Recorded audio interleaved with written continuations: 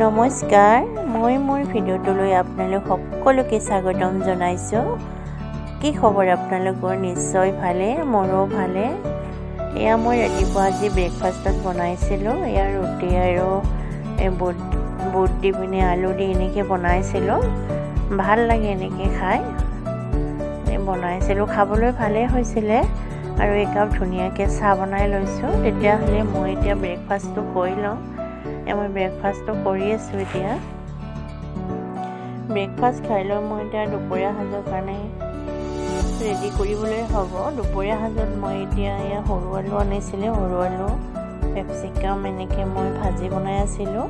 আপোনালোকে ভিডিঅ'বোৰ চাই কেনেকুৱা পাইছে জনাব। যদি আপোনালোকে ভিডিঅ'বোৰ চাই ভাল পাইছে তেনেহ'লে প্লিজ লাইক এটা কৰি দিব। এয়া মই সৰু আলু ভাজি আছোঁ, গাজৰ কেপচিকাম এনেকৈ। আকৌ কুকাৰত দাইল মোৰ হৈ আছে, আকৌ কালিৰ মাছ অলপ আছিলে, সেইখিনি ফ্ৰাই কৰাই আছে বাৰু। এয়া মোৰ দিনৰ সাঁজ ৰেডি হৈ গ'ল। চাটনি অলপ বনাইছিলোঁ, বেঙেনা পিটিকা বনাইছিলোঁ। এনেকৈ দিনৰ সাঁজ আৰু আজিৰ কাৰণে এনেকৈ বনালোঁ।